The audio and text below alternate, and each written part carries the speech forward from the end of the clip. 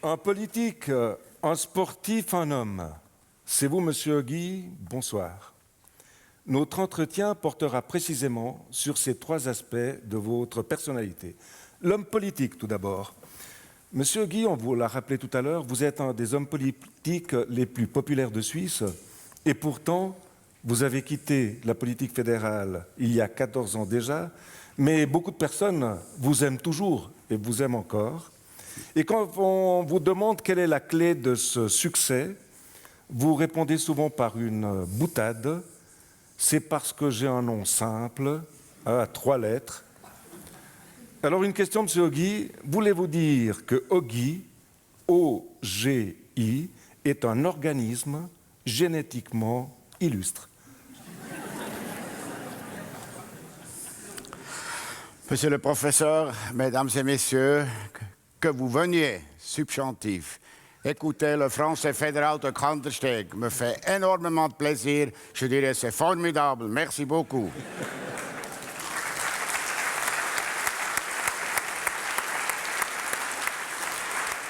Je reviens tout d'abord aux 3 lettres.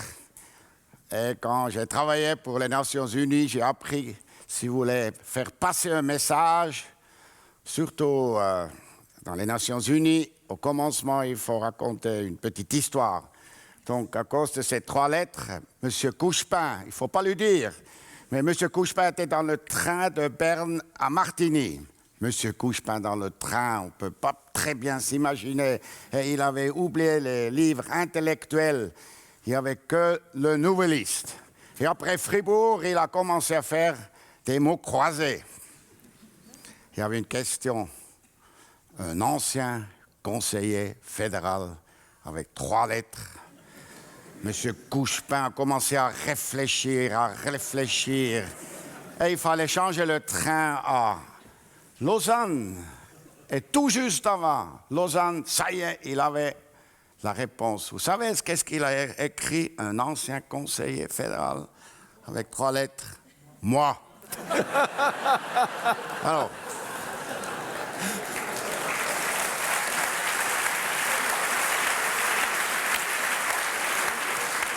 il ne faut pas lui dire parce qu'il a une mémoire d'éléphant et il m'en voudrait.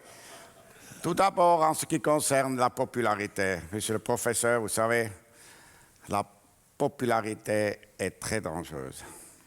Il faut faire très attention. Il faut gérer la popularité, c'est-à-dire gérer, c'est peut-être pas le mot, mais il ne faut pas être tous les jours dans les journaux. Il faut savoir rentrer dans les rangs. Il faut savoir disparaître à un certain moment. Et moi, j'essaie de gérer, mais enfin, j'ai tous les jours encore entre 30 et 40 lettres, mails et SMS. Et si je peux, je réponds, je donne des réponses. En ce qui concerne vos 3 lettres, moi, je ne pourrais pas dire oui, c'est pas juste. En allemand, O, G, I, ça s'appelle O, ouvert, objectif ouvert. G, je ne suis pas génial. Pas du tout. Je suis simplement en allemand gut, et ça veut dire bon, la traduction. Et I, vous savez, avant l'élection au Conseil fédéral, la Nouvelle Gazette de Zurich, c'est quand même la Bible en Suisse alémanique, a écrit « Ogui n'est intellectuellement pas capable de devenir Conseil fédéral ». Mesdames et messieurs, ça vous fait mal. Ça fait mal ici. Mon père a lu cet article. Mon père a dit « Viens, Kandersteg ». Il a mis son bras sur l'épaule. Il a dit « Dolphy, si tu veux devenir conseiller fédéral, le docteur Kurt Müller qui a écrit cette lettre, cet article a raison. Si on veut devenir conseiller fédéral, il faut être intelligent. » Le bras était toujours sur mes épaules. Mais si tu veux devenir conseiller fédéral, papa dit, il faut être sage. Et ce guide de montagne m'a expliqué la différence entre intelligence et sagesse. Si vous voulez, je vous réponds en une phrase, la différence. Vous voulez savoir? la définition de Adolfo Guy Senior de Kandersteg. L'intelligence, vous pouvez la chercher au gymnase, à l'école primaire de Kandersteg, au gymnase, à l'université, mes professeurs. Et la sagesse, on doit la chercher aussi, mais en acceptant des valeurs de la vie. En regardant toujours comment réagit tel et tel homme et est-ce qu'il respecte les valeurs de la vie, est-ce qu'il est prêt de vivre ces valeurs de vie. Donc, l'intelligence, on l'a, la sagesse, on doit la chercher, trouver. Je ne sais pas si vous avez compris, mais... Enfin, c'est papa m'a dit ça. Monsieur Guy, vous avez quitté le Conseil fédéral le 31 décembre 2000, après avoir occupé pendant 8 ans le département fédéral des transports, puis le département militaire. Quels sont les dossiers qui vous ont le plus marqué, qui vous ont donné le plus satisfaction, dont vous êtes le plus fier? Il faudrait demander à vous ou demander à ces... Non, mais vous. Je dirais le dossier qui m'a vraiment occupé 24 heures sur 24, une fois quand j'ai pris la décision de créer les 2 tunnels entre Flüelen, Erzfeld et Piasca et Frutigen et Friège, c'est la NLFA. NLFA, c'était, vous savez, il y avait cette opportunité dans la politique, il y a des fenêtres qui s'ouvrent, il y a des fenêtres qui se ferment, des opportunités. Et dans les années 90, quand j'ai pris le département, quand on avait la pression de l'Union, ils ont demandé de construire une 2e autoroute à travers les Alpes. Après l'ouverture du tunnel du Gothard routier, 1980, on était dans une position extrêmement difficile. Alors à ce moment donné, on dit nous sommes prêts à accepter le transport, mais la marchandise doit être transportée par les rails et pas par la route. Et là, je dois dire, quand j'ai pris cette décision de construire, et j'étais tout seul, c'était vers 11h30 le soir, j'ai eu des dossiers, on pourrait remplir cette salle. La bureaucratie. Mais à un moment donné, c'est vous, comme politicien, comme chef du département, qui devez dire est-ce qu'on fait ou est-ce qu'on ne fait pas. Quand j'ai pris la décision, on fait en même temps les 2 tunnels. Vous voyez, ce moment, c'était très, très difficile. C'est connu. M. Stich était contre le Lötschberg. Tous les mercredis, il était contre. Tous les mercredis, il a fait un co-rapport. Tous les mercredis, il a essayé d'éviter le Lötschberg. Moi, je me suis toujours demandé qu'est-ce qui est arrivé à ce M. Stich. Et moi, je me suis dit, le gardien de la cabane du Lötschenpass lui a servi un mauvais saucisson. Et il a dit à un moment donné, dans ce conseil fédéral, il y a 6 conseillers et un moniteur de ski. Le moniteur de ski, c'était moi. Ça fait aussi mal. Bon, il m'a dû inviter pour un souper dans son hôtel à Berne. Ça coûtait 375 francs. On a mangé et bu. Moi, j'ai eu besoin d'un chauffeur pour me rentrer. Et je peux vous dire, j'ai dit, Otto, c'est pas la Confédération qui paye. C'est toi. C'est toi qui payes. Il a dit, oui, je paye, mais j'achèterai demain une pipe. Toujours quand il était fâché, il a acheté une pipe. Quand il a quitté le palais fédéral, il avait une 50aine de pipes. Il avait plus de pipes que toi, mon cher conseiller d'État. Non, c'est la NLFA. Et peut-être deuxième, pour quand même dire encore, disons, un projet que j'ai fait passer, que je suis assez fier, c'était le partenariat pour la paix. Donc, ce n'est pas l'OTAN, c'est le partenariat pour la paix. Et il y avait cette possibilité d'entrer dans ce partenariat. Qui veut être contre la paix. Mesdames et messieurs, aujourd'hui, tout le monde devrait faire plus pour la paix. À 3 heures d'ici, à la guerre. À 4 heures d'ici, les enfants meurent, puis ils ont pas assez à manger. C'est inadmissible. C'est inacceptable. Et ce partenariat pour la paix, c'est seulement profitable pour la Suisse. C'est comme une carte menu. Il y a peut-être 250 menus. Et vous pouvez choisir ce que vous voulez manger. Et vous pouvez dire non à ce que vous ne voulez pas manger. Et vous ne devez pas accepter des conditions politiques, financières, économiques, financières, juridiques. Et là, il y avait aussi, à la fin des années 90, la possibilité d'entrer au partenariat pour la paix. Et là, je vous raconte aussi une petite histoire. Il y avait donc la conférence de tous les présidents, premiers ministres du partenariat pour la paix. Il y a une cinquantaine de pays européens qui sont partenaires. On était à Washington. Et moi, j'étais seulement vice-président. Et comme vice-président, donc le moins important, protocolairement vu, j'ai dû entrer en premier à la Maison-Blanche. Il y avait Hillary et Bill.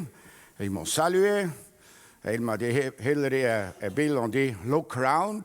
J'ai pu me promener dans cette Maison-Blanche.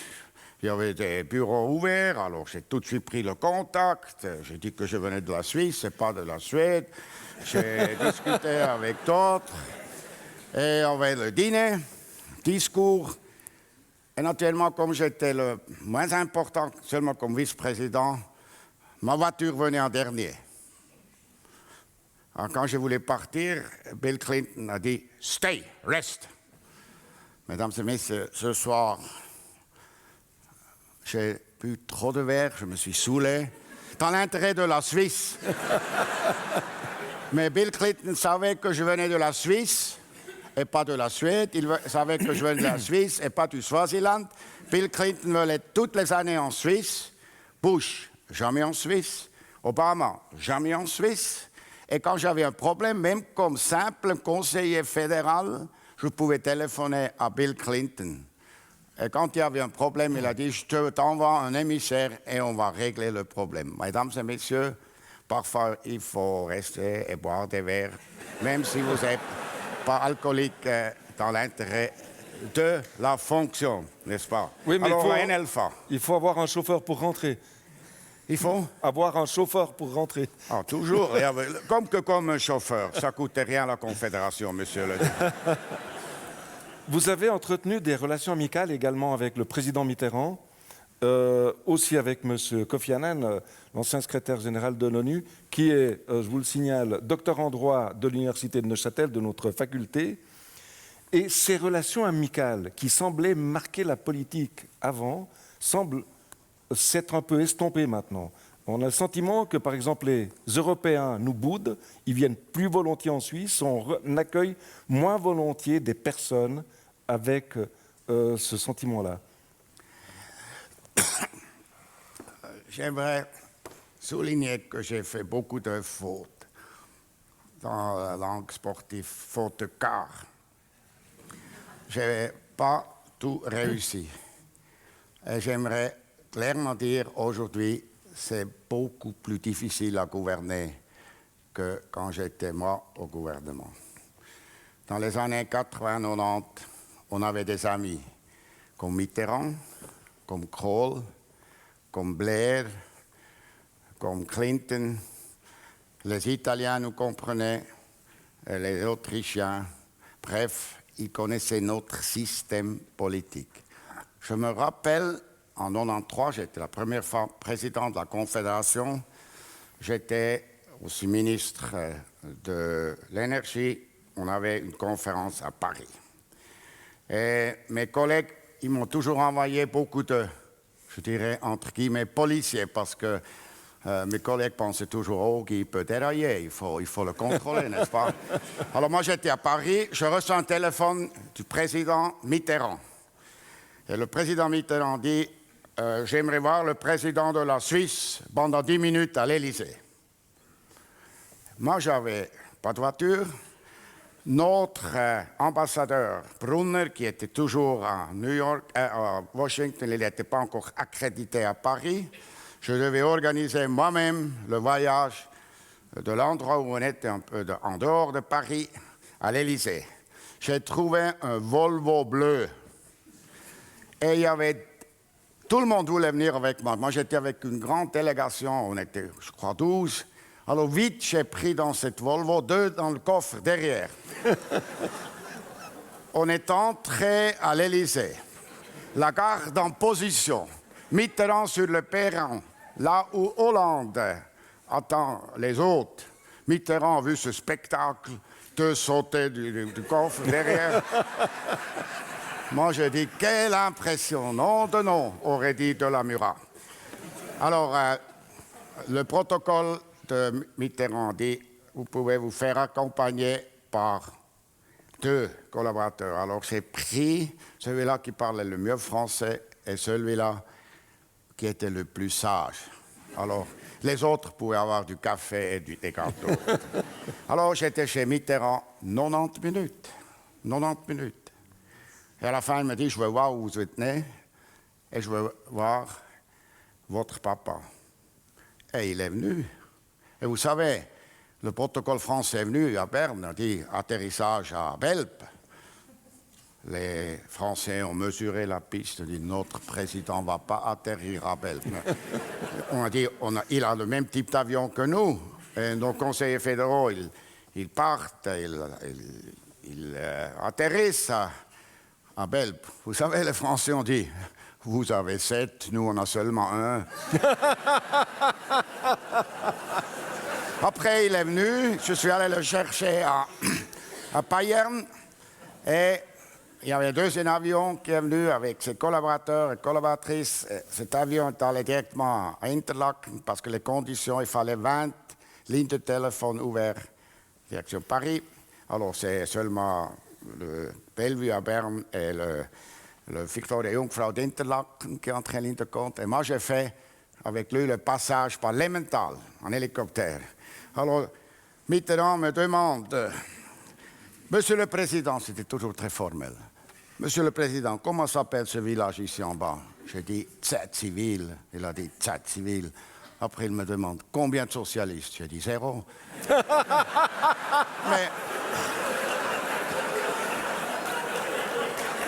Mais à Tsatsivil.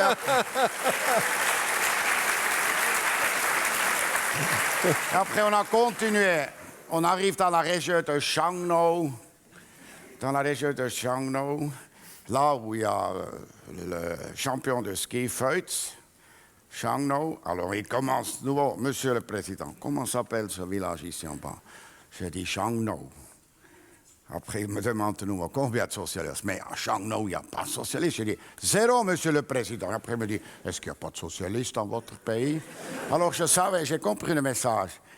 Atterrissage dans 5 minutes à Interlaken. J'ai donné l'ordre au pilote, écoute, dans la ligne où on reçoit M. Mitterrand, il faut, parce que le président était radical, le vice-président était UDC, mais du beau côté de l'UDC, donc les Loki. Et il faut absolument un troisième, ça m'est égal qui est là, une femme ou un homme. Il faut que je puisse le présenter comme socialiste. Alors, atterrissage, Monsieur le Président, je vous présente le ministre, le président de la commune d'Interlaken, radical, le premier vice-président de la commune d'Interlaken, UDC, et voilà le deuxième vice-président de la commune d'Interlaken, je ne savais pas le nom, socialiste, il a dit « Enfin !» Et après... C'était pour moi très difficile parce qu'il y avait M. Coty, M.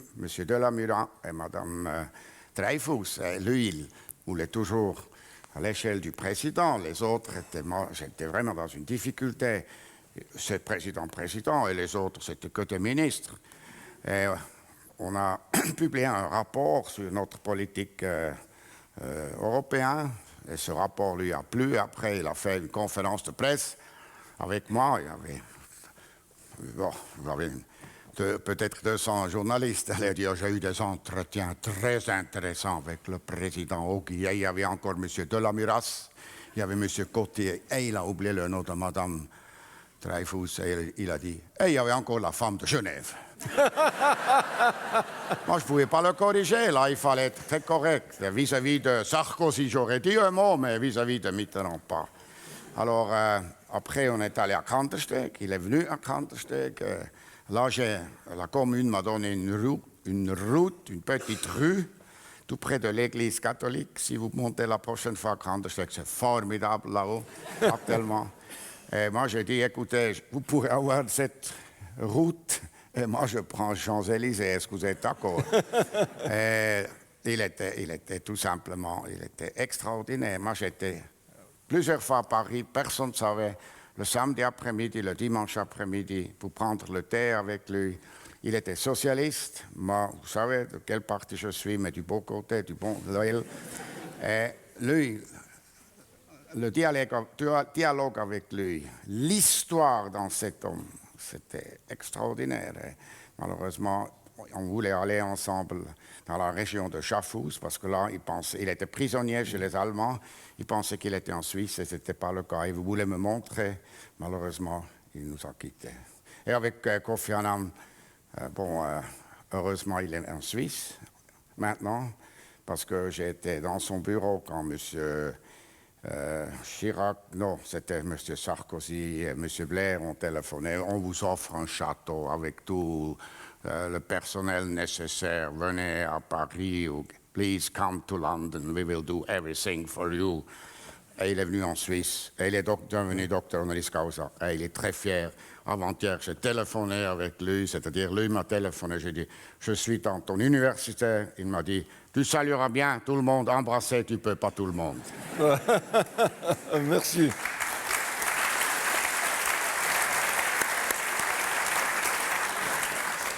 À l'époque, Monsieur Guy, vous aviez soutenu le Conseil fédéral pour l'adhésion de la Suisse à ce qui allait devenir l'Union européenne. Ce qui vous avait fait être un énorme ami de l'autre côté de votre parti, M. Blocher. Est-ce que vous referiez ça aujourd'hui? Tout d'abord, je dois vous corriger. Ça arrive rarement que je corrige un professeur. J'ai trop d'estime pour moi. On n'a jamais demandé l'entrée à l'Union européenne. Le 6 mai, le matin, entre 6 et 7, sous la présidence de René Felberg, qui devait aller à l'hôpital, le Conseil fédéral a décidé, et j'y tiens à souligner, d'entrer en négociation avec l'Union européenne. Les journalistes, ils ne veulent pas comprendre ça. Et nous avons fait la réflexion suivante, ou l'analyse suivante. Au mois de décembre, il fallait voter sur l'espace économique. Et le Conseil fédéral savait déjà au mois de mai que ce sera très serré. Et probablement, ou peut-être le peuple pourrait dire non à l'espace économique. La Suisse exporte plus que 60% à l'Union européenne. Donc nous avons eu, je dirais, où c'était très important pour nous que nous montrions vis-à-vis de l'Union que nous avons un grand intérêt de rester en bon contact avec eux. C'est la raison pour laquelle on a dit on entre en négociation. Et ça, c'est vrai, c'était 4 qui ont voté pour entrer en négociation et 3 ont voté contre. Et le fautif, c'est moi. On me critique tout le temps parce que je pourrais vous dire, si vous voulez, qui a voté oui et qui a voté non. Mais tout le monde en pensait qui va voter, va dire non. Et moi, j'ai dit oui. C'est formidable. Je veux dire, un socialiste a dit oui, un a dit non. Un radical a dit oui, l'autre a dit non. Un PDC, ça c'est pas une surprise, a dit oui, et l'autre a dit non. Alors, moi, j'ai dit oui. Et moi, je dois vous dire, heureusement, j'ai dit oui. Parce qu'entrer en négociation, ça veut dire on négocie après un résultat. Le résultat est analysé par le Conseil fédéral et ensuite par les chambres. Et après, c'est vous, le peuple, qui a le dernier mot. Il n'y a aucun risque, mesdames et messieurs. Et après, en décembre, le peuple a dit non à l'espace économique. Et moi, je suis devenu président en 1993 et je suis allé au World Economic Forum à Davos pour expliquer à 25 présidents et premiers ministres qu'est-ce que c'est la démocratie directe, que le peuple a le dernier mot, qu'il faut respecter la décision du peuple. Et j'ai surtout aussi expliqué qu'on veut rester en bon contact avec l'Union européenne. C'est la raison pour laquelle on veut négocier avec vous pour une entrée éventuelle. En l'an 2000, la France avait la présidence. Ce n'était pas le système d'aujourd'hui où il y a le président, M. Rompuy, et le président de la Commission, M. Barroso, bientôt M. Juncker. Donc la France avait la présidence. Et nous avons reçu une invitation d'assister au sommet de l'Union européenne à Nice. Et au Conseil fédéral, on a longtemps discuté, est-ce qu'on accepte cette invitation de la présidence française? France, c'est quand même notre voisin. C'est important d'avoir les meilleures relations avec les Français. Et le Conseil fédéral a dit, on accepte, et OK comme président, il va. Et moi, je suis allé. On était 26 présidents, premiers ministres, chanceliers autour d'une table ronde. Et à la fin, M. Chirac, qui présidait, a dit « Et maintenant, je donne la parole au président de la Suisse. » Et moi, j'avais un texte qui était préparé par le département des Affaires étrangères. 25 fois corrigé par mes 6 autres collègues. Et moi, j'avais la mission de lire ce texte.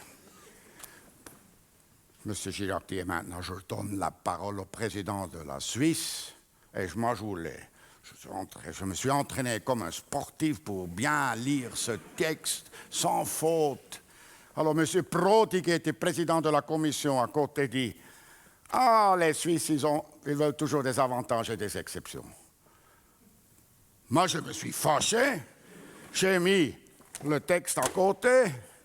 J'ai dit, Monsieur le Président Chirac, Mesdames et Messieurs, les présidents, Premiers ministres, chanceliers, Monsieur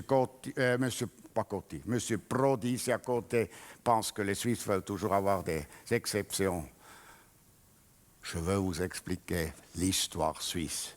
Et en français fédéral de Kandersteg. J'ai expliqué à ces dames et messieurs la neutralité, la démocratie directe, la subsidiarité, le fait que la Suisse vit en paix depuis 1848, 4 cultures, 4 langues, 26 cantons, 3000 communes, que la Suisse est un exemple pour l'Europe. J'ai expliqué aussi notre politique de transport, l'idée de faire de tunnels aussi dans l'intérêt de l'Union. J'ai donné quelques mots sur la politique financière, économique, sécuritaire, sociale, etc. Personne n'est allé aux toilettes. Tout le monde a écouté. Et à la fin, un a dit, maintenant nous savons ce que nous devons faire. Nous devons adhérer à la Suisse. Alors j'avais la confirmation.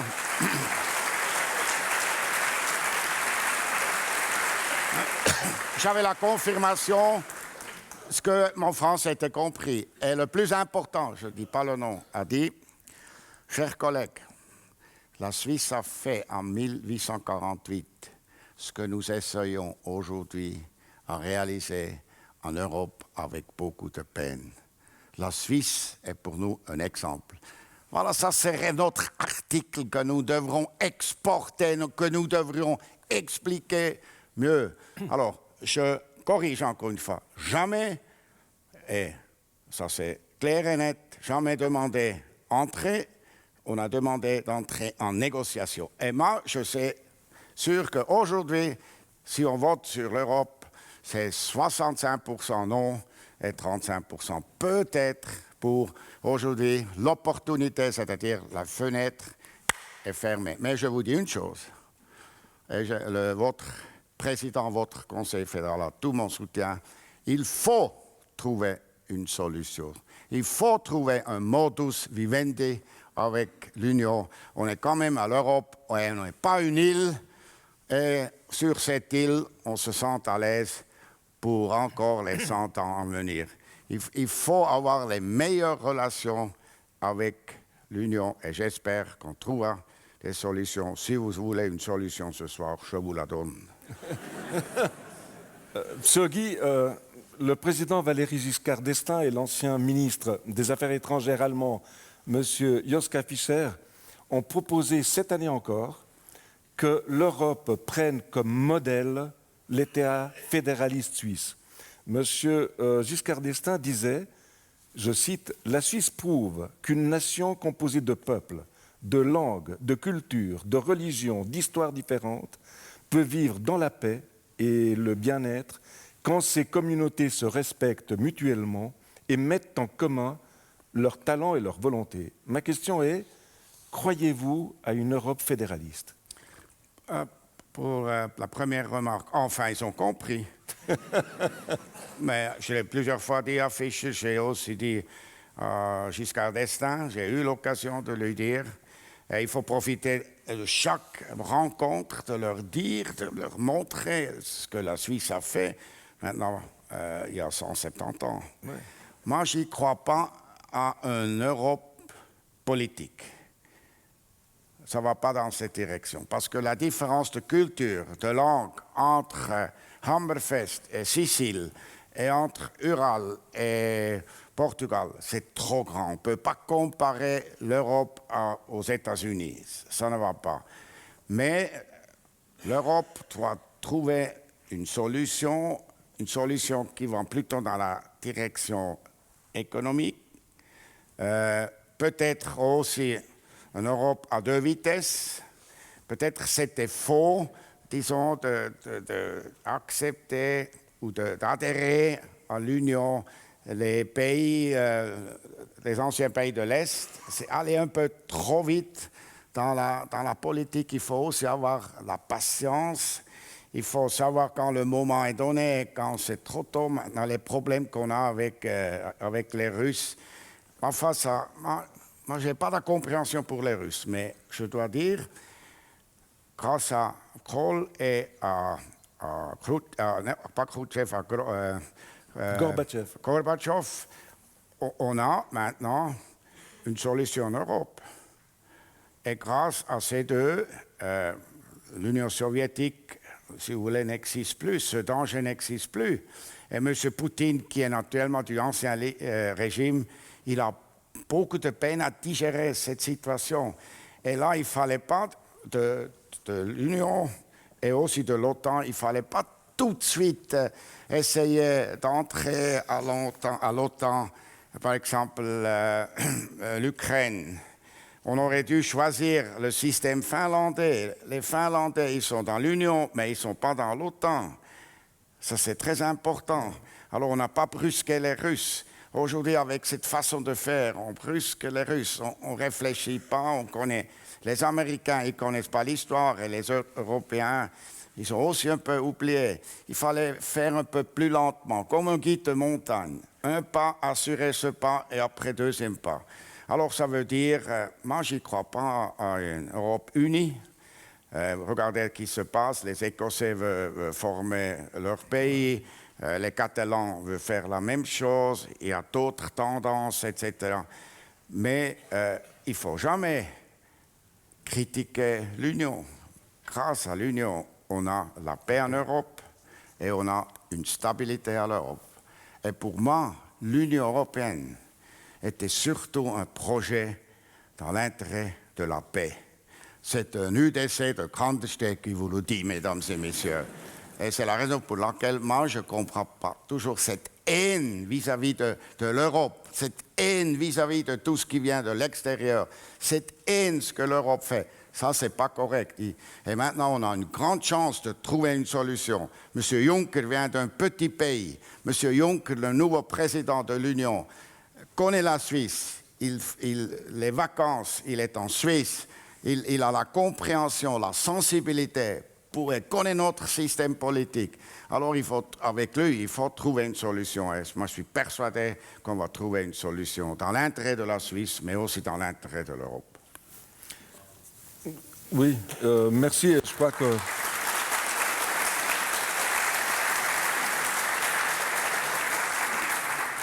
Si vous êtes d'accord, Monsieur Guy, on va quitter le monde politique pour rentrer dans le monde sportif. Ce qui frappe d'emblée chez vous, ce soir encore, c'est votre grande vitalité, votre dynamisme. Vous donnez toujours l'impression d'avoir besoin de faire quelque chose. Vous êtes aussi un grand sportif, vous avez été un grand skieur, vous auriez pu faire une carrière de skieur. Pourquoi vous n'avez pas poursuivi cette carrière? Papa n'a pas voulu. Papa a dit que ça n'a pas de sens dans les années 60. Ouais, j'étais un assez bon skieur, j'étais un assez bon sauteur. Mais papa a dit tu ne peux pas vivre. Là, il n'y avait pas encore les salaires qu'ils ont aujourd'hui. Et papa a eu raison. Papa a eu raison, il a dit tu dois apprendre comme il faut le français, l'allemand. Papa, je n'oublierai jamais, il a dû monter 70 fois sur la Blumnisalp comme guide de montagne. Le tarif était de 70 francs pour me payer une année école supérieure de commerce à la Neuville, malheureusement pas à Neuchâtel. Et je suis resté 3 ans à la Neuville. Et papa a dit non, tu sais, il faut faire quelque chose. Et le ski, ça n'a pas d'avenir. Et après 64, les Jeux olympiques d'hiver d'Innsbruck, pas une seule médaille pour la Suisse. La Fédération suisse de ski est venue chez moi et m'a dit, on veut t'engager et la mission est claire. Ils vont former une équipe qui gagne des médailles à Sapporo en 72. Et je crois que cette mission a été accomplie et grâce à cette mission, je suis devenu l'écolier de Grandesteg est devenu, a fait peut-être une carrière, si vous voulez. Et en 76, vous avez engagé Roland Français d'Arba, qui nous a fait en 81, pas lui tout seul, mais avec d'autres, la plus forte équipe de ski qu'on ait jamais eue. Oui. À tel point que quand les Suisses sortaient deuxième, les journalistes se demandaient ce qui s'était passé. Monsieur Guy, avez-vous eu du flair? Avez-vous eu de la chance? Avez-vous eu les deux? Et à quoi attribuez-vous cette réussite? En tout cas, je n'ai pas engagé des bureaux pour faire des analyses.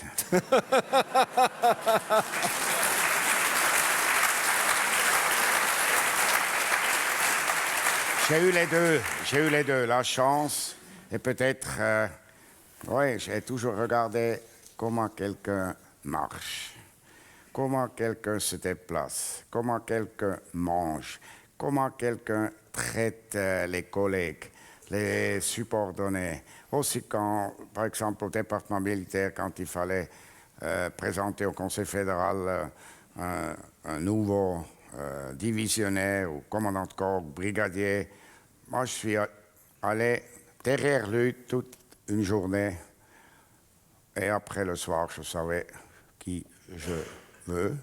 Et français, j'ai vu tout de suite qu'il avait des capacités hors du commun, qu'il avait une sensibilité aussi de comprendre les Suisses allemands. Ça, c'est très important. C'est très important dans une équipe nationale.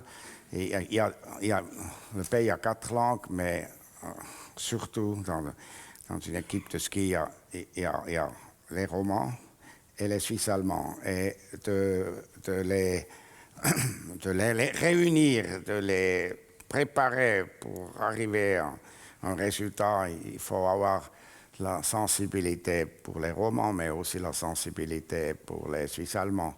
Et Français avait ça. Français a fait un extraordinaire travail. Et je lui suis encore aujourd'hui reconnaissant. Je dirais, c'est lui et Sapporo, c'est la raison pour laquelle je suis devenu conseiller fédéral. Autrement, probablement, ça n'aurait pas eu le cas. Oui, c'est lui qui m'a dit, ce que tout le monde savait, que vous adorez la montagne et que vous avez escaladé le Cervin, mais il m'a dit que vous avez escaladé le Cervin avec 2 guides, dont l'un des 2 avait 80 ans. C'est pas juste, j'avais pas besoin de 2 guides, moi je monte avec un guide. L'autre était Inderbinen de Zermatt, un guide absolument fantastique. Alors ma question est la suivante. qu'est-ce que ça vous a fait de gravir le Cervin et qu'est-ce que ça vous a fait? C'était le jubilé. 125 ans, la première montée. Mais moi, j'étais déjà avec 16 ans, j'étais au sommet du Cervin avec papa, sans problème. Et après, donc, on avait reçu une invitation de Zermatt pour le jubilé. Et De la Murat était président. Et c'était très confidentiel, c'était clair. De la Murat allait à Zermatt faire le discours et moi, je devais monter. Et c'était secret. Et le matin, à la radio, il dit « Ah, au Conseil fédéral, on a eu une très bonne entente. Moi, je parlais en bas et Dolphy doit monter. » Voilà.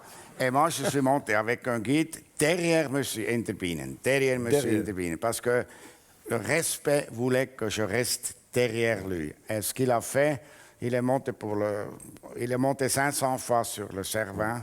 Et moi, comme un conseiller anständig, correct, je suis resté derrière lui. Mais, monsieur le professeur, je n'avais pas besoin de guide. Ils n'ont pas dû me porter là-haut.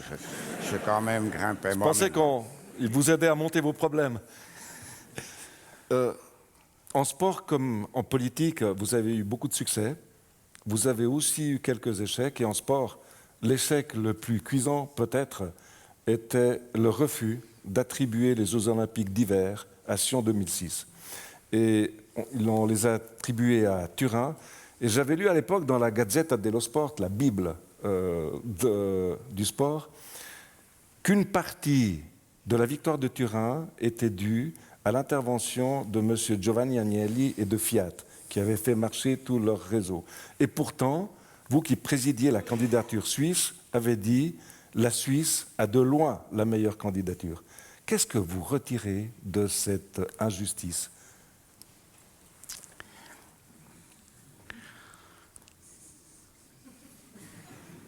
On aurait pu faire des excellents Jeux olympiques en l'an 2006. Et on était très, très, très déçus. Et je dois dire, M. Samaranch m'a promis les Jeux, entre 4 Jeux. Est-ce que c'était M. l'Italien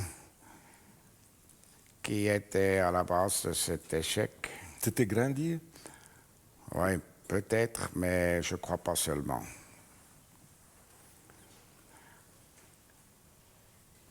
Quand la candidature était lancée, moi j'étais ministre du Sport, j'ai demandé à Sepp Blatter de devenir président de la commission de candidature, comité de candidature. Et il a accepté. Et après, on a lancé sa candidature pour président de la FIFA. Et il est devenu président et après il a dû se retirer. Et après, on était dans une situation un peu difficile. Et le Conseil fédéral, le Conseil d'État valaisan m'a convoqué et a dit tu dois le faire. Et il y avait aussi le chancelier Couchepin qui était à cette réunion. Et le chancelier Couchepin avait la mission de voir avec mes 6 autres collègues s'ils acceptaient que je prenne comme ministre du Sport, que je prenne la présidence. Et moi, je suis rentré de Sierre à Kandersteg. Et quand j'arrive à Kandersteg, le chancelier Couchepin me téléphone, me dit le Conseil fédéral n'accepte pas. Tu ne peux pas prendre ça. Tu dois revenir, on doit faire une nouvelle appréciation de la situation. Et après, je suis de nouveau rentré à Sierre et j'ai pris contact moi-même avec des conseillers et j'ai dit on est dans un impasse, on est dans une situation difficile. Et après, ils ont dit tu prends, on est d'accord que tu prends. Et on a fait vraiment un maximum. Et on n'était pas trop sûr. Ça, j'aimerais aussi corriger que les Italiens ont dit on était trop sûr. Non, non, pas du tout. Mais on était, monsieur le professeur Oswald peut le confirmer, on avait le meilleur dossier, on avait la meilleure présentation. La présentation de Turin au Seoul était vraiment pas bien. Et après, M. Blatter est là, je lui en veux. Il nous a quittés 3 jours avant la décision à Seoul, parce qu'il voulait voir Hillary Clinton, il y avait les champions du monde de football. Et là, leur pression des footballeurs à l'intérieur du CIO est venue. Et le jour avant l'élection, on était chez notre ambassadeur à Seoul. il y avait des rumeurs à ce que ça penche direction Turin. Moi, je suis tout de suite allé voir à l'hôtel, M. Samaranch, et j'ai dit, écoute, maintenant, vraiment, on a 2 fois les Jeux Olympiques, 28 et 48, quand personne ne voulait, quand il y avait un problème de visa, de construction, d'impôts, on a toujours trouvé une solution. On a vraiment 3 maintenant à ces Jeux. Et on a perdu. Et je pense que cette décision est injuste. Et je regrette, étant donné, on doit dire, en tout cas les Jeux de Turin n'étaient pas.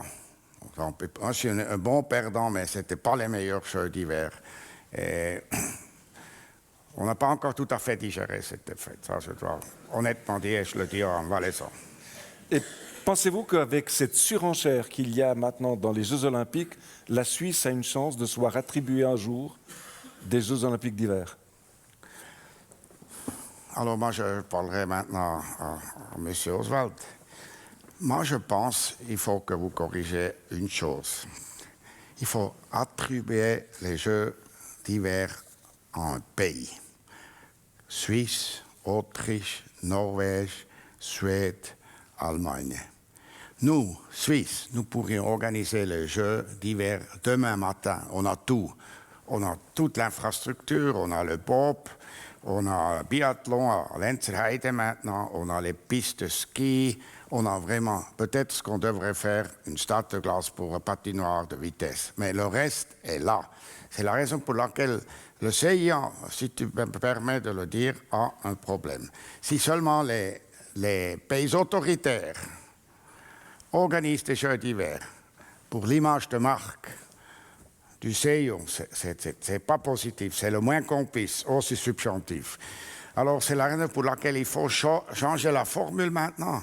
Il faut donner ces Jeux d'hiver peut-être comme essai, comme test en un pays. Et après les Coréens du Sud, la prochaine fois, 2022, ça sera Pékin, mais Pékin.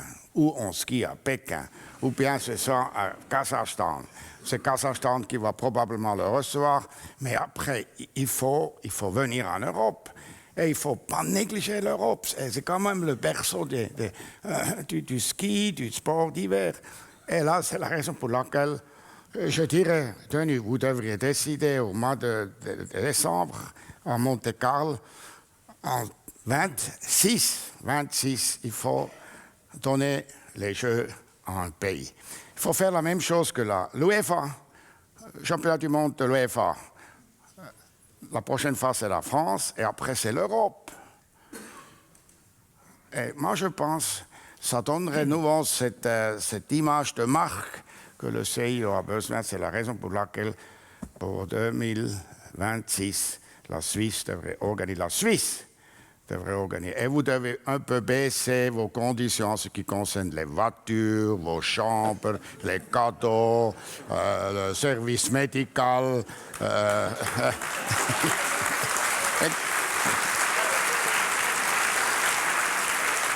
Je sais que toi, tu es pas partisan de tout ça, mais vis-à-vis de l'extérieur, quand on a maintenant lu, les Norvégiens, ils ont dit que ce qui est dans vos cahiers de charges, là, il y a des choses, il faut aussi peut-être revoir le cahier de charges. Et moi, je suis persuadé, je ne vais pas entrer dans les détails, que le nouveau président a compris. Vous avez parlé tout à l'heure du fait que M. Blatter avait fait défection en 2006 au niveau de la candidature. Qu'est-ce que vous pensez de sa candidature à un 5e mandat de président de la FIFA? Écoutez, ça n'a pas de sens que je dise ce que je pense. Il est candidat et il va être élu, voilà. Mais vous pensez bien que, ou plutôt, je vous pose la question autrement, êtes-vous partisan pour une limitation de la durée des mandats? Oui.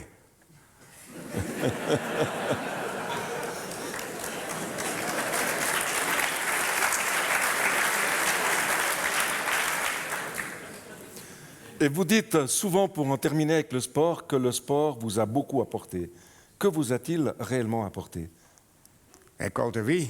Le sport, c'est la meilleure école de vie. Dans le sport, vous apprendrez à gagner. sans penser que vous êtes le meilleur. Dans le sport, vous apprenez à perdre sans penser que c'est la fin du monde. Dans le sport, vous apprenez à respecter l'adversaire, à respecter les règles de jeu, à respecter la décision du juge-arbitre. Chaque enfant entre 4 et 15 devrait avoir la possibilité de faire des fautes, sans que ça ait des conséquences pour la vie professionnelle. Ou vous pouvez faire des fautes sans que ça ait des conséquences. Dans le sport, un carton rouge dans le football, c'est négatif pour mon équipe et pour moi, mais ça n'a pas de conséquences. Et je peux voir comment réagit mon caractère, mon tempérament quand ça va mal, et comment réagit mon tempérament et mon charisme quand ça va bien. C'est cette école de vie. Et c'est là pour laquelle il faudrait absolument que cette école de vie que le sport offre ait plus d'importance et soit reconnue par le monde entier. Moi, je connais bien l'Afrique, je connais bien le nord de l'Afrique. Ils sont tous des fans de football. FIFA, UEFA, IOC et surtout l'ONU devraient lancer le football. C'est l'homme de Kantersteg, le skieur qui vous le dit ça. Lancer le football dans cette région, former les jeunes gens. Les jeunes gens d'aujourd'hui sont les leaders de demain, partout. Professeurs, ils sont peut-être des militaires, ils sont des politiciens, ils sont peut-être des journalistes, etc., etc. Il faut mieux former la jeunesse. Et je vous dis merci pour tout ce que vous faites comme professeur, mais ça ne suffit pas, excusez-moi de le dire. Il faut expliquer que le sport, ce serait une possibilité de préparer une jeune génération qui gère le monde demain. Nous avons urgemment besoin d'un monde meilleur, je l'ai déjà dit. C'est impossible ce qui se passe, c'est inacceptable ce qui se passe actuellement. 40 guerres, 240 conflits, des enfants qui meurent parce qu'ils n'ont pas assez à manger. Il faut faire quelque chose, il ne faut pas seulement parler de ça, c'est la raison pour laquelle ces fédérations qui ont beaucoup d'argent sous la direction de l'ONU devraient faire plus avec cette école de vie qui est le sport. C'est un des messages que...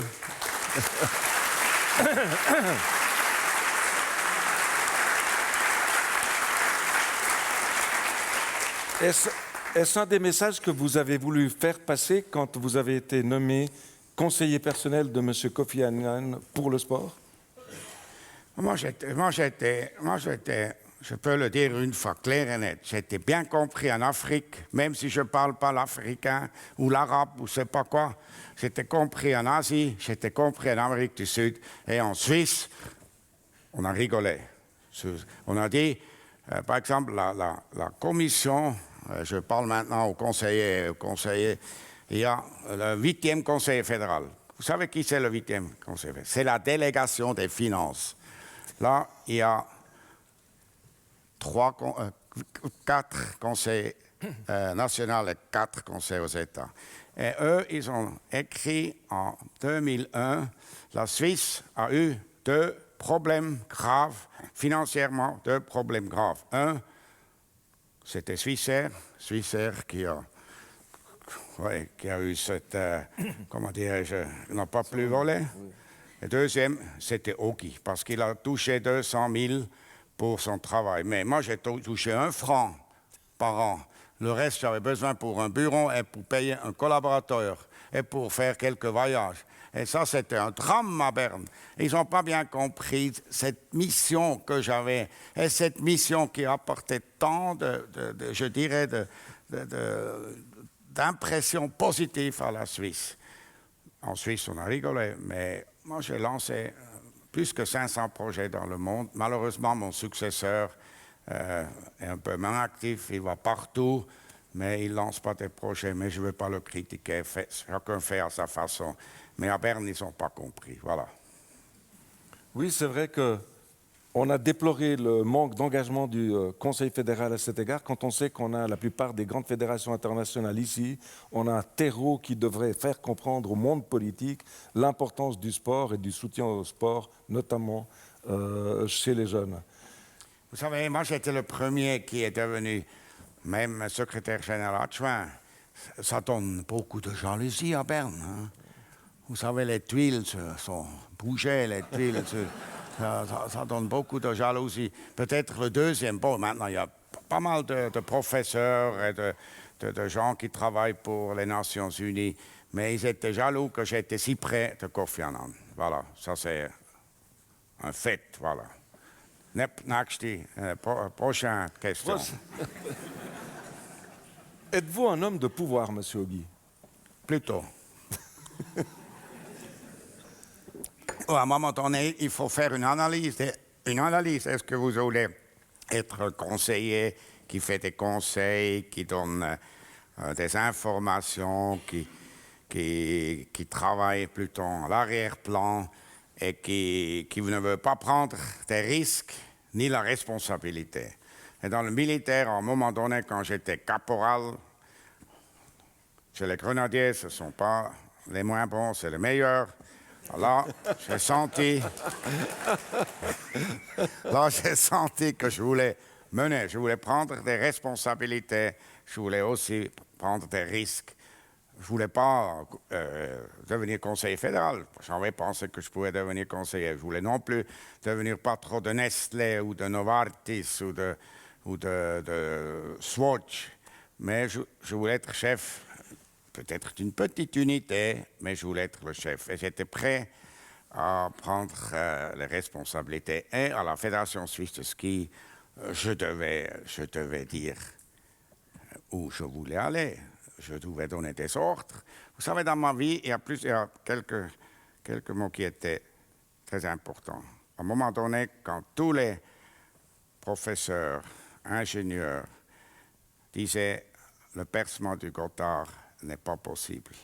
Il y a la Tavetcher massif et Piora Mulde. À un moment donné, vous devez dire je veux. Je veux. Deuxième chose importante dans la vie, comme professeur, chef d'une entreprise, policier de Kandersteg, guide de montagne, deuxième mot clé, c'est servir. Le peuple doit sentir que, comme président de la Confédération, le premier but est vous voulez servir. Servir au pays, servir aux compatriotes. Très important, savoir servir.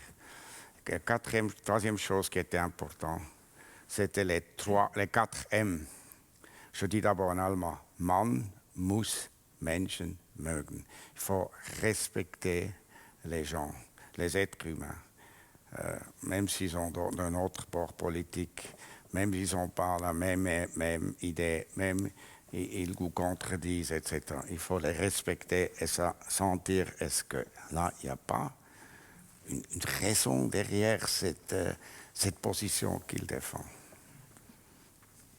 Si vous êtes d'accord, Monsieur Guy, pour terminer, on va aborder 2 questions plus personnelles. Vous parlez souvent de votre père, ce soir encore, vous en parlez dans votre livre. Vous parlez de votre attachement à ce père qui vous a beaucoup marqué.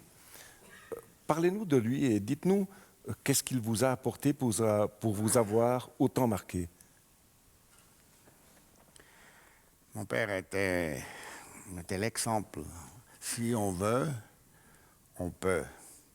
Mon père était responsable pour les constructions contre les avalanches. Quand vous rentrez au Lötschberg, en haut à Kandersteg, en haut à 3000 mètres, à 2000 mètres, en 2003, il y a ces constructions contre les avalanches. Mon père a fait ça au nom de la BLS.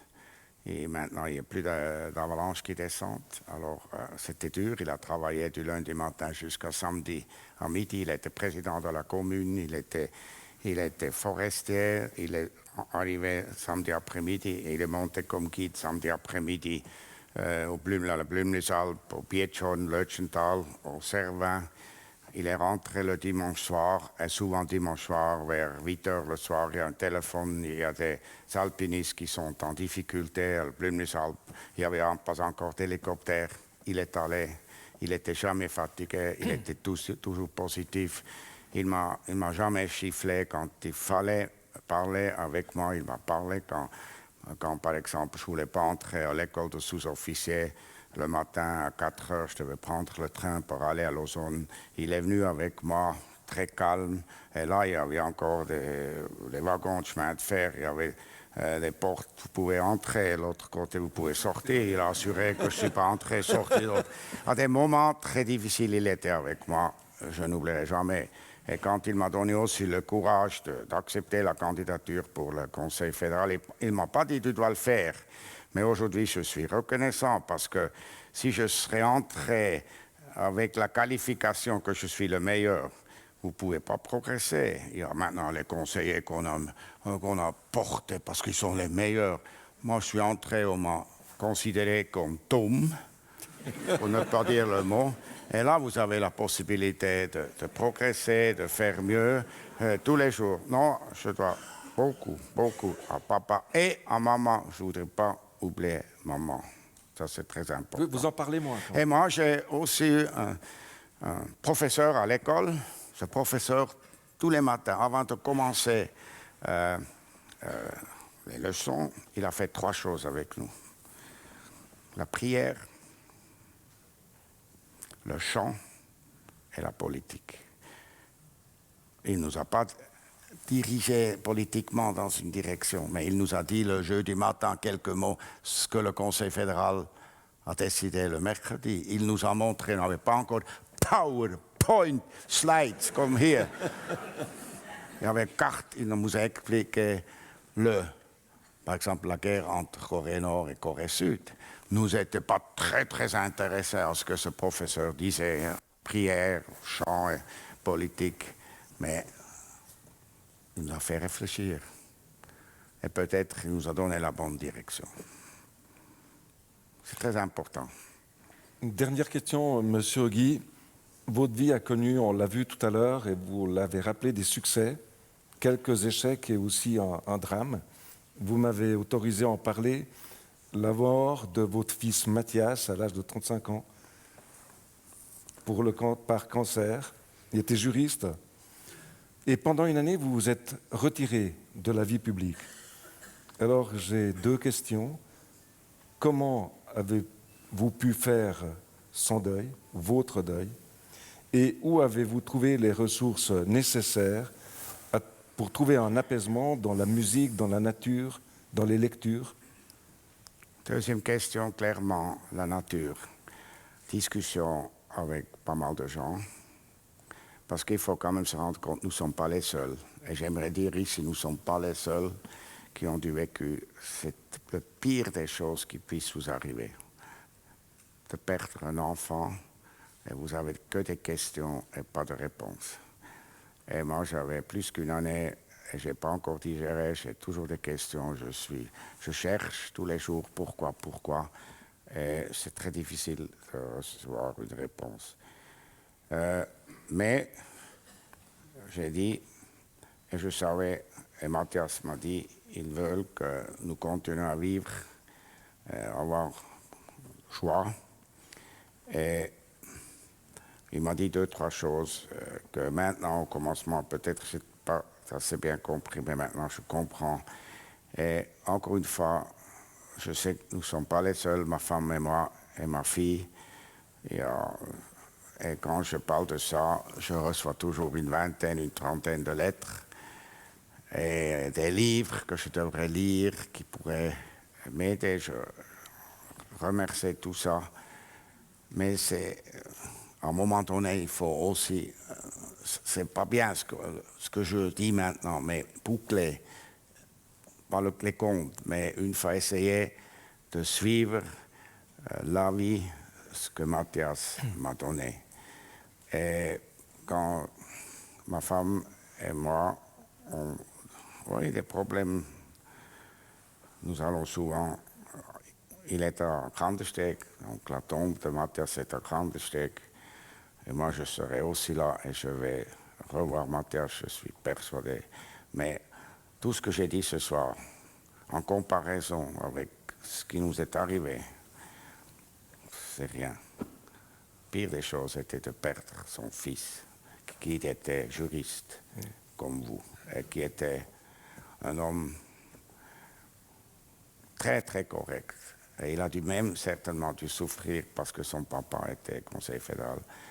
Et c'est grâce à lui que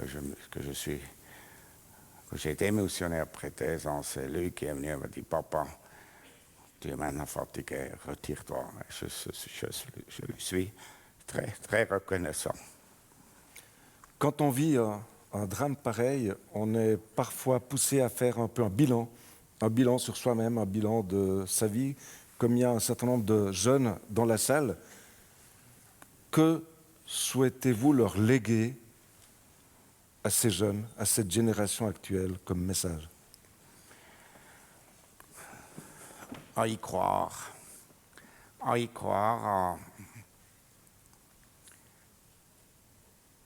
peut-être à arriver à quelque chose où on veut y arriver, avoir la volonté, si on a un but qui est clair et net, de tout faire pour y arriver. 1. 2. De voir les valeurs de la vie.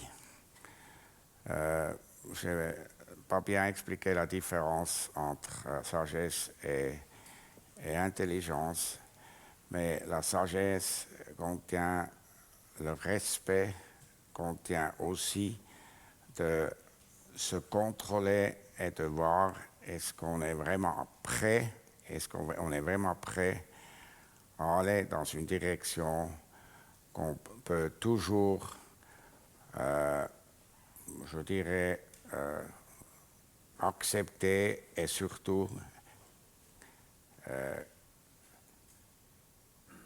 je dirais, les voir que c'est la bonne direction, c'est correct, c'est honnête, c'est le sens de vouloir bien faire dans l'intérêt de la société. Et troisième chose, je pense que la formation est très importante, mais pas tout le monde doit devenir académicien. Nous avons besoin, et nous avons, la Suisse a, disons, un potentiel de gens qui gèrent petites et moyennes entreprises, qui sont capables, disons, de trouver des meilleures solutions pour nos problèmes. Et c'est la raison pour laquelle il faut aussi soutenir ceux qui n'ont pas la chance de faire une carrière académique. Et à la fin, vous êtes mieux placé pour dire, à un moment donné, il faut choisir dans quelle direction vous allez. J'ai avant dit la différence entre collaborateur, conseiller et celui-là qui veut être chef d'une entreprise. Et cette décision, il faut la prendre entre 20 et 30. Et le service militaire donne cette possibilité. Au service militaire, on peut voir est-ce qu'on est doué d'être un chef ou est-ce qu'on est plutôt l'homme qui conseille, qui collabore, etc., etc. Alors, il faut accepter, disons, ce test. Il faut accepter et après s'orienter dans la bonne direction, dans la direction où on se sent à l'aise, on peut faire des résultats. Merci, Monsieur Guy, pour cette très belle soirée.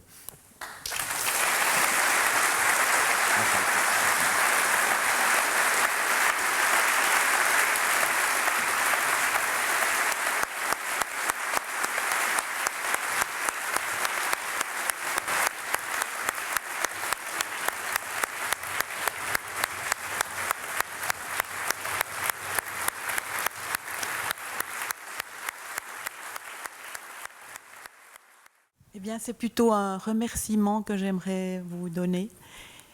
Je me souviens que l'année, je ne sais plus, mais nous donnions une formation pour des moniteurs 2, alors qu'on les classait 1, 2, 3 encore à cette époque-là. Et vous êtes venus pendant que nous donnions cette formation et vous nous avez serré la main.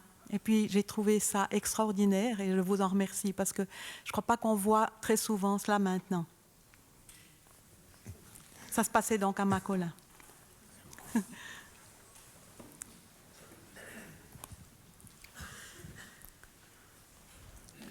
Une question aussi, Tess.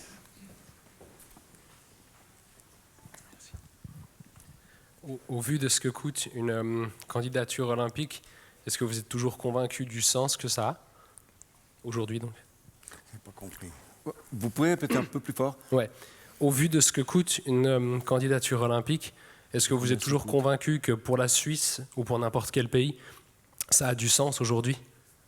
Vu le prix. Si par exemple le CIO décide à Bodoka au commencement du mois de décembre de donner les Jeux à un pays comme la Suisse ou à l'Autriche, je vous ai dit, on a tout.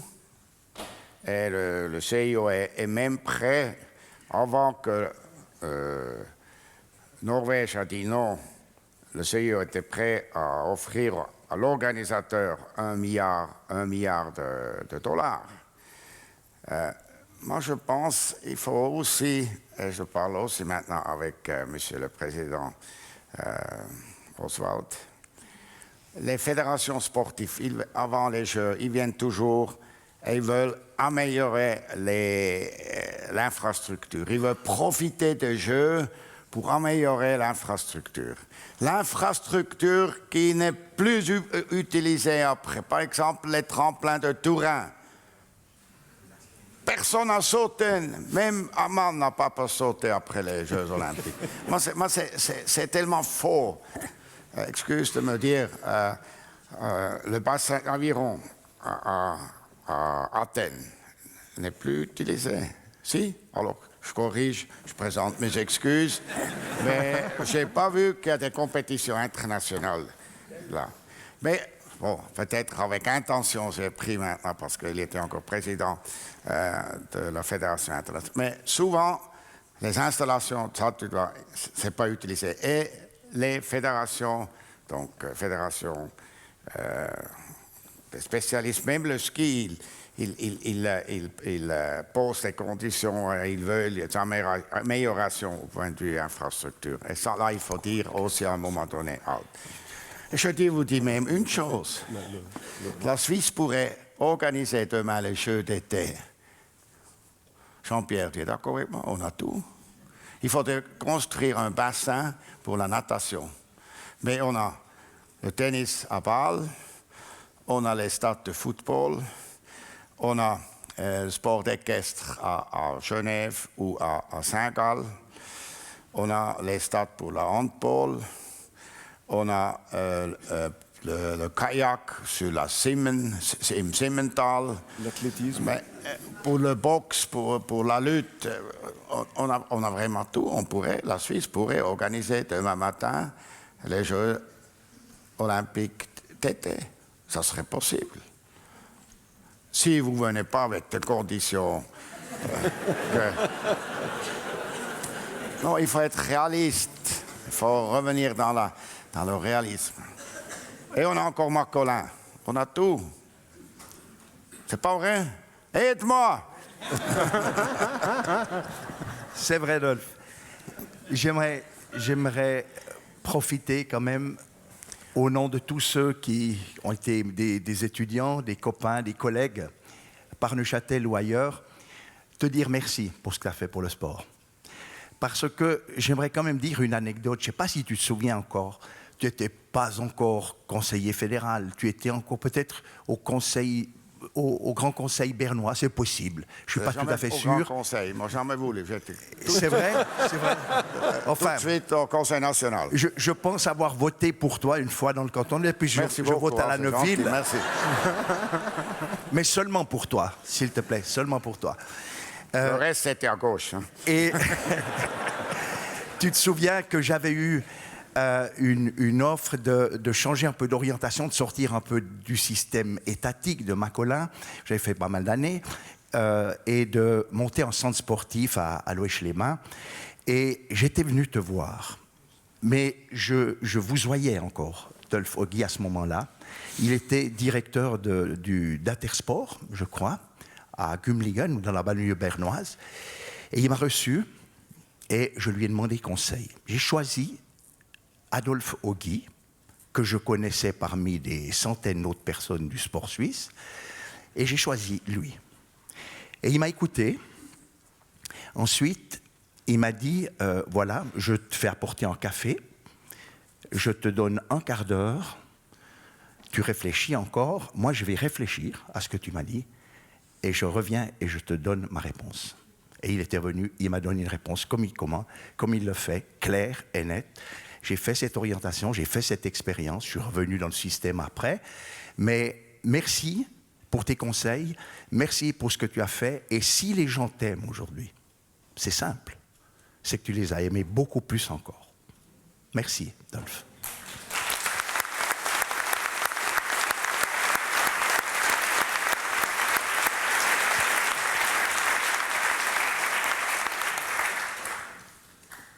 Voilà, je vous laisse encore la parole, peut-être une question ou une remarque.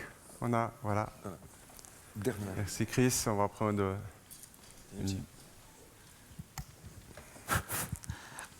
Monsieur l'ancien conseiller fédéral, merci de nous avoir fait participer à cette soirée que vous avez agrémentée de vos histoires très intéressantes et en même temps de votre expérience immense dans le domaine politique et sportif. Et je voudrais justement vous demander un dernier conseil au nom de tous les sportifs qui sont dans cette salle et peut-être aussi des politiciens qui sont appelés à mener notre pays dans les années à venir. Quand on voit l'argent que véhicule le sport et des milliards que perçoivent certains sportifs, non pas forcément parce qu'ils ont beaucoup travaillé, mais parce qu'ils ont peut-être des qualités qui leur permettent d'avoir ou d'intéresser les gens, d'attirer l'attention des gens. Qu'est-ce que vous pourriez conseiller à nos dirigeants aujourd'hui de manière à ce que le sport reste au centre et reste la référence au lieu que ce soit l'argent qui mène le sport? C'est une question très très importante, surtout après ce qui s'est passé à Belgrade, dans le match de football entre la Serbie et l'Albanie. Si nous laissons passer des choses pareilles, aussi ce qui s'est passé samedi passé, match de foot entre Young Boys et Bâle, si le sport n'arrive pas à maîtriser ces problèmes, le sport va dans une mauvaise direction. C'est la raison pour laquelle il faut des présidents, des directeurs techniques qui prennent en main le sport et qui gèrent le sport d'une façon raisonnable, d'une façon que le sport reste au centre. J'ai dit, le sport, c'est la meilleure école de vie. Pas tout le monde va devenir champion olympique ou champion du monde ou champion européen, champion suisse. Important, c'est que le sport est considéré comme une école de vie. Mais ça commence aussi chez nous. Vous savez, quand j'étais ministre du Sport, moi, je suis allé devant les conseillers d'État, les conseillers responsables pour le sport dans les cantons. Sur les genoux, je leur ai demandé d'introduire dans le programme 3 heures de gym, 3 heures de sport. Vous savez, c'est extrêmement difficile. Et aujourd'hui, en Suisse, pas les 26 cantons offrent à la jeunesse 3 heures de gym. Il y en a qui disent, nous faisons un camp de ski pendant 1 semaine, et non, nous faisons du sport d'hiver tous les jours pendant 5 heures. Et 5 jours, ça donne 30 heures. Alors, pratiquement, le programme qui est prescrit par une loi est donc acquis.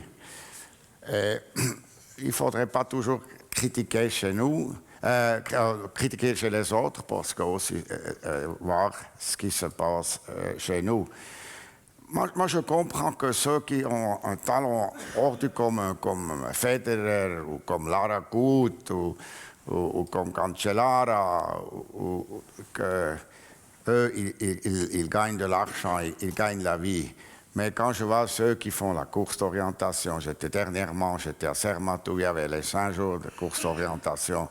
Et la fille qui a gagné 3 médailles au championnat du monde, elle reçoit absolument rien. Et sa performance, elle est également excellente, extraordinaire. Elle doit non seulement courir, elle doit aussi être intelligente. Autrement, course d'orientation, vous allez dans la mauvaise direction, n'est-ce pas?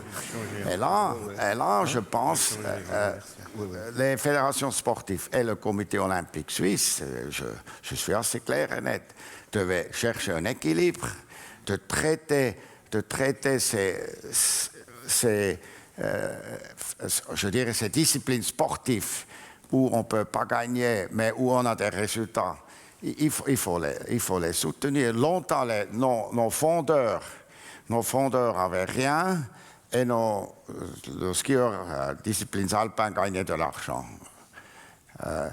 Et là, l'aide sportive suisse était créée. Et moi, j'étais le premier qui est allé taper à la porte pour recevoir de l'argent que j'ai pu donner 1000 francs à nos fondeurs, par exemple, ceux qui ont gagné la médaille d'argent à Sapporo, les 2 Kellin, Eddie Hauser et Giger, ils ont reçu 1000 francs par mois pour pouvoir vivre. Mais cette fille que j'ai maintenant parlé de course d'orientation, elle reçoit pratiquement rien. Et ça, cet équilibre n'est pas donné. Et c'est là pour laquelle là, il faudrait que la fédération sportive trouve aussi une solution. En ce qui concerne la Confédération fait un grand effort. Il y a un programme pour l'infrastructure. Quand j'étais ministre du Sport, j'ai fait passer 90 millions de francs pour que l'infrastructure pour le sport d'élite soit à jour. On a donné 10 millions, par exemple, pour la planification stade de Bâle. Mais moi, j'ai dit, je vous donne 10 millions sur ces 90, mais vous devez me garantir que vous construisez le stade. La même chose avec Berne. Et ici, je crois, le 4e programme, parce que les chambres, après, ont décidé toutes les années un montant. Une fois, c'était 30 millions, une fois, c'était 15 millions. Maintenant, c'est 70 millions cette année. Donc, la Confédération fait déjà beaucoup, mais en comparaison naturellement avec l'étranger, c'est pas encore assez. Mais que le sport reste clean, si je peux dire, c'est dans la responsabilité des fédérations sportives. Et ce qui nous manque aujourd'hui, des gens, des bénévoles qui se mettent à la disposition des jeunes, surtout quand les jeunes ont besoin d'être accompagnés. Quand les parents travaillent peut-être et les jeunes vont se rendre vont faire du sport entre 5 et 7 heures. Et là, ils doivent être bien suivis, bien soutenus. Aussi, au point de vue moral, ils doivent savoir que moi, je ne dois pas devenir champion du monde, mais je dois passer cette école de vie qui est le sport. Alors là, cette responsabilité devrait revenir. Cette responsabilité n'est plus à jour. Merci beaucoup, Monsieur Ogi. Vous nous avez dit des choses très fortes ce soir, mais vous avez su nous les dire en nous faisant rire, à tel point qu'après 5 minutes de votre intervention, mon fils se penchait vers moi et me dit à l'oreille, « Papa, il aurait pu être clown. »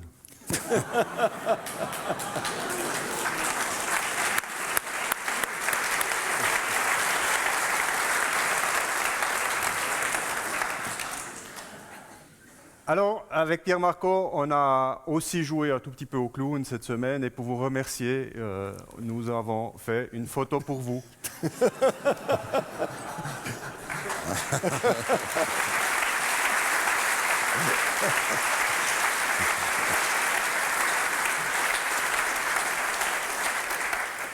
Et bien sûr, comme à Neuchâtel, on a aussi un terroir magnifique. Je vais appeler nos collaboratrices du service des sports qui ont fait un super boulot pour organiser cette conférence, pour vous remercier avec quelques produits du terroir de Neuchâtel que vous pourrez déguster tranquillement à Kandersteg.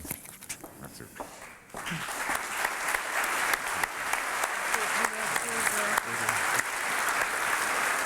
Merci infiniment. Merci. Merci.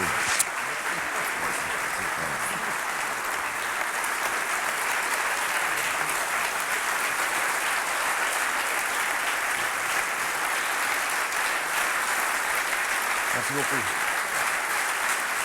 Merci.